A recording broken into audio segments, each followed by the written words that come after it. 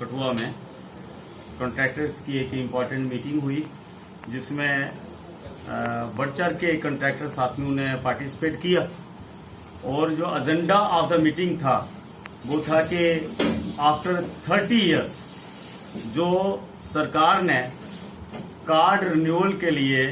Condition impose की हैं उसमें साथियों ने अपना अपना ओपिनियन दिया और हम सभी इसको अपोज करते हैं। और यहां से शुरू करते हैं कि कॉन्ट्रैक्टर कम्युनिटी एक ऐसी कम्युनिटी है जो फाइनेंस भी इन्वेस्ट करती है और उसके बाद कोई भी ठेकेदार एंटी नेशनल एक्टिविटीज में शामिल नहीं है। तो मौजूदा जो अभी 30 वर्षों के बाद कॉन्ट्रैक्टर के कार्ड रिन्यूअल के लिए जो पॉलिसी मैटर बनाया गया है वो बड़ा जटिल है,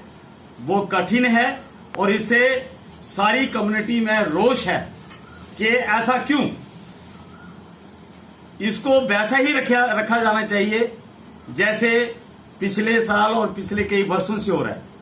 वो एक सिंपल पैटर्न है जिसे कार्ड दिया जाता है, उसकी फीस दी जाती है, एक फॉर्म भरा जाता है और कार्ड रिन्यू हो जाता है। दूसरा, आज मीटिंग में ये डिस्कस हुआ कि पिछले कुछ महीनों से डिफरेंट डिपार्टमेंट्स में डिफरेंट वर्क्स को लेके बिला वजह की जो कंडीशनें इंपोज की जा रही हैं उनको लेके कॉन्ट्रैक्टर कम्युनिटी में बड़ा रोष है कि इसकी नौबत क्यों आई। जैसे फ्लड कंट्रोल में कंडीशन लगा दी कि 1 साल तक उसका गारंटी पीरियड होना चाहिए। अगर वो फ्लड में इरोड हो जाते हैं क्रेट तो कोई पेमेंट नहीं होगी। ये बहुत अननेसेसरी कंडीशनें हैं और जिसने बिल्डिंगें बनाई हैं उसके लिए भी नई इन्होंने कंडीशनें इंपोज कर दी। कॉन्ट्रैक्टरशिप को, इस प्रोफेशन को इतना जटिल बना दिया है जिसको लेके कॉन्ट्रैक्टर ने आज डिटेल में डिस्कशन करी और ये जो फार्मूले हैं सरकार के और जो फार्मूला नया निकाल दिया है कि ठेकेदारी कार्ड रिन्यू करना है तो उसके लिए इतनी वेरिफिकेशन होनी चाहिए, सीआईडी रिपोर्ट्स होनी चाहिए, कैरेक्टर वेरिफिकेशन होनी चाहिए और फिर डिफरेंट डिपार्टमेंट से उसका क्लैरिफिकेशन सर्टिफिकेट चाहिए। इनको लेके आज काफी डिस्कशन हुई है और सभी कॉन्ट्रैक्टर ने प्लेस किया है कि सरकार जल्दी से जल्दी इन कंडीशनों को रेडिकेट करे, इनको हटा ले और जो प्रीवियस पैटर्न था उसी पैटर्न पे कार्ड को रिन्यू किया जाए। और अगर जल्दी इसको अडॉप्ट नहीं किया जाता तो कॉन्ट्रैक्टर डेमोक्रेटिक तरीके से अपने अधिकारों के लिए फाइट करेंगे, आंदोलन करेंगे। सर, इसके लिए पहले भी कोई बैठकें हो चुकी हैं आपकी, देखा गया है आपने पहले भी बैठकें की हैं इस तरह के इशू। कॉन्ट्रैक्टर एसोसिएशन के डिफरेंट तहसील और डिस्ट्रिक्ट यूनिट से असेंबल हुए थे लोक निर्माण भवन जम्मू में और वहां भी सभी ठेकेदारों ने इस पे डिस्कशन करी और रिस्पेक्टेड चीफ इंजीनियर साहबान को भी अवगत करवाया और उसके बाद वहां प्रोटेस्ट भी किया और अपने अपने तरीके से हर लेवल पे जो मेन पर्सनैलिटीज हैं इस यूटी की उनसे मिले हैं और अपनी बात रखी है और आश्वासन दिया है कि बड़ी जल्दी इसको मॉडिफाई किया जाएगा, उसी पैटर्न पे कार्ड रिन्यू किए जाएंगे। सर, ये सरकार ने किस तरह के ऐसी बाधाएं बड़ी ट्रेजिक बात है कि हम कॉन्ट्रैक्टर रजिस्टर्ड कॉन्ट्रैक्टर हैं और हम देशभक्त लोग हैं, सरकार का काम करते हैं, अपना पैसा लगाते हैं और सरकार ने कोई इनिशिएटिव नहीं लिया, कोई इंटरेक्शन मीट नहीं करी कि हम जे कंडीशनें लगा रहे हैं। अगर बैठ के इंटरेक्ट कर लेते तो हम भी अपना ओपिनियन देते तो शायद ये कंडीशनें नहीं इम्पोज की जाती। और हम तो ये सोचते हैं कि ये जो हिडियसली जो एक माइंडसेट बन गया है सरकार का कि बड़ी बड़ी कंपनियां आए और चंद लोगों को ही कॉन्ट्रैक्ट दिए जाएं और ये जो कम्युनिटी है कॉन्ट्रैक्टर कम्युनिटी इनको इनके अधिकार से वंचित किया जाए, जो बहुत शेमफुल है और वेरी ट्रेजिक है। कॉन्ट्रैक्टर के प्रोफेशन से हमारे हजारों जो नौजवान हैं, पढ़े लिखे हैं, वो उनको एक एम्प्लॉयमेंट मिली है और उन्होंने अपने अपने असेट्स बनाए हैं, लाइफ लॉन्ग काम किए हैं और उनके अपने परिवार हैं, उनकी स्किल्ड लेबरें हैं और वो एक जॉब देते हैं और अपना पैसा लगा के बैंकों से लिमिटें लगा के, जिसका डे नाइट हॉलीडे को भी जिसका इंटरेस्ट लगता है और जिसपे सरकार को सोचना चाहिए कि ठेकेदारों से हम काम करवाते हैं तो वेल इन टाइम उनको पेमेंट करनी चाहिए और इतनी जटिल प्रक्रिया से नहीं इस कम्युनिटी को निकालना चाहिए। एक तो बिल्कुल सीधी बात है, वी आर नेशनलिस्ट, हम ऐसे कोई ऐसा नहीं है कि जो एंटी नेशनल एक्टिविटी में शामिल है, तो इसको सिंपल बनाया जाना चाहिए। ये कहां से, हम तो सोचते हैं कि हमें विधान समझ ली है, हमको बाहर के लोग थोड़ी है, हमको मिलिटेंट थोड़ी है, हम काम करते हैं, अपना पैसा लगाते हैं, सर्दी गर्मी बरसात में काम करते हैं और उसके अगेंस्ट हमको अदर तरह का समझा जाए, बी क्लास सिटीजन नहीं,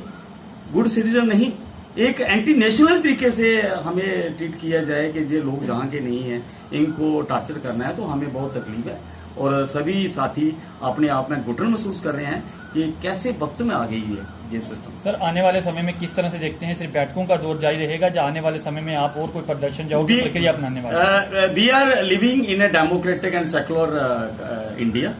और हमारी जो मूवमेंट का तरीकाकार होगा कि हम डेमोक्रेटिकली पीसफुल तरीके से करेंगे। उसमें जैसे आज मीटिंग करी, प्रेस कॉन्फ्रेंस दी, उसके बाद हमें सड़कों पे धरना, जलसा, जुलूस जो भी करना पड़ेगा, जो हमारे अधिकार में है as a democratic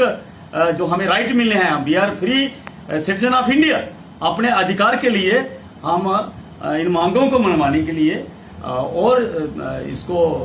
broader shape में लेके हम सड़कों पे भी उतर सकते हैं। रिगार्डिंग जो बड़े बड़े हमारे वीआईपी हैं जिन्होंने ये फैसले किए हैं, उनसे भी डेलीगेशन मिल सकते हैं। हम प्रयास करेंगे कि इसकी स्मूथ फंक्शनिंग हो, ठेकेदार कम्युनिटी सरल तरीके से उनके कार्ड नहीं हो जाए और वो भी काम करें, समाज की भी डेवलपमेंट हो, उनकी भी फैमिलियां चले, रोजी रोटी चले, वो गवर्नमेंट को आपके माध्यम से पहुंचेगी।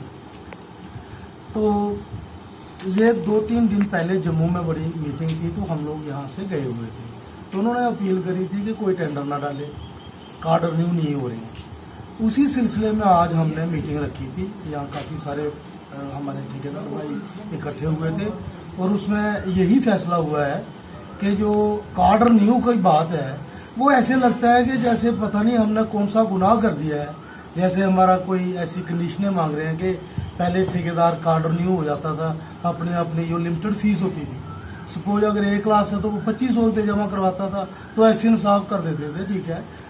आगे आप लोग जाओ काम शुरू करो। अब क्या हो रहा है कि मतलब हम देखते हैं कि जो हमारे सामने फॉर्मेट आया, जब हमने उसको देखा तो हमें ऐसे लगा कि हमें इस प्रोफेशन से या तो वो भगाना चाहते हैं, या जो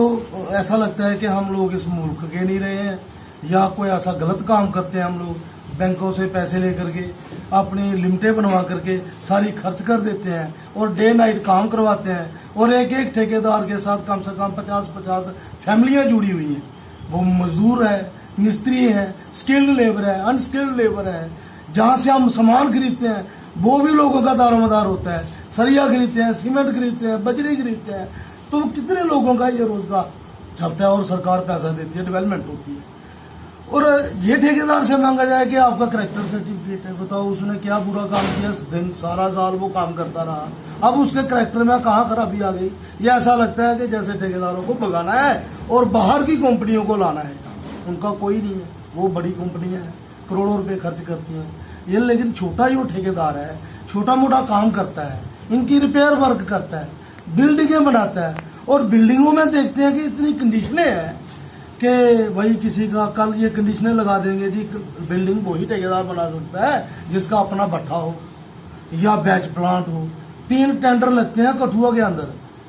करोड़ दो एक करोड़ की बिल्डिंग लगती है, सपोज 70-80 लाख का काम लगता है, 2 में कोई कंडीशन नहीं है, 1 में कंडीशन लगती है। भले क्या लगता है हमें जब हम टेंडर डालने जाते हैं कि यार यहाँ 2 करोड़ पर कोई कंडीशन नहीं है, इस पर क्यों कंडीशन लगाई, क्या इंटरेस्ट है इनका, क्या इंटरेस्ट है सरकार का। तो हम सरकार को अपनी प्रॉब्लम जो है आपके माध्यम से बताना चाहते हैं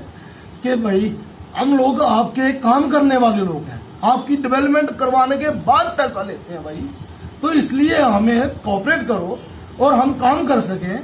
और कितने लोगों का व्यापार हमारे साथ जुड़ा हुआ है,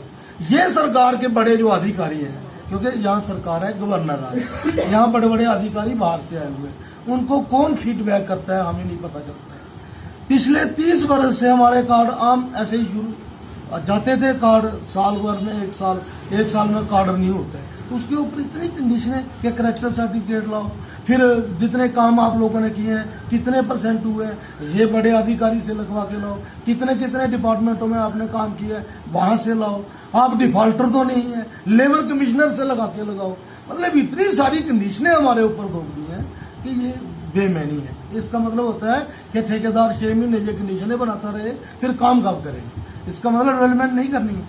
हमें बहुत सारे सवाल आते हैं, इसीलिए हम लोग यहाँ चर्चा कर रहे हैं, बैठे हुए हैं कि भाई सरकार में जो बड़े अधिकारी हैं उनको कौन फीडबैक करता है, उनको कम से कम हमारे एक्सिम्स